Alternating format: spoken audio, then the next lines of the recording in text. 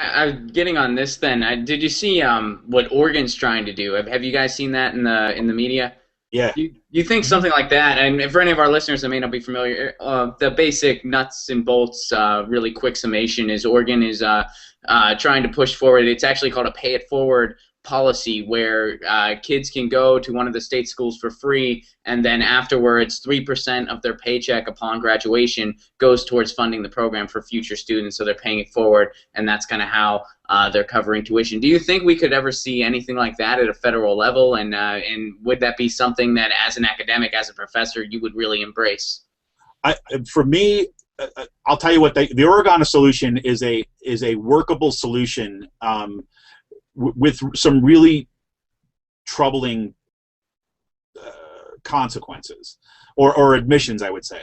All right. I mean, I think that number one, um, in terms of resolving the issue of student debt, right? And kind of and taking some of that burden off students, that would be tremendous. To pay it forward, where they go out and they get a job afterwards, and they pay a percentage of their income back towards their education.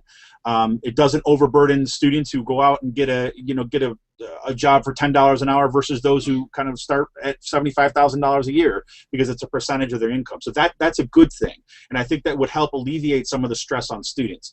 However, there's a bigger issue there because basically what the Oregon model comes out of is basically saying, okay, we're going to throw in the towel on education being a public good, right? We're going to privatize the expenditures, right? So we're basically turning education into just another service which everyone pays for, instead of this being about a public investment. Now, there would be some public investment still. Yes, that's true.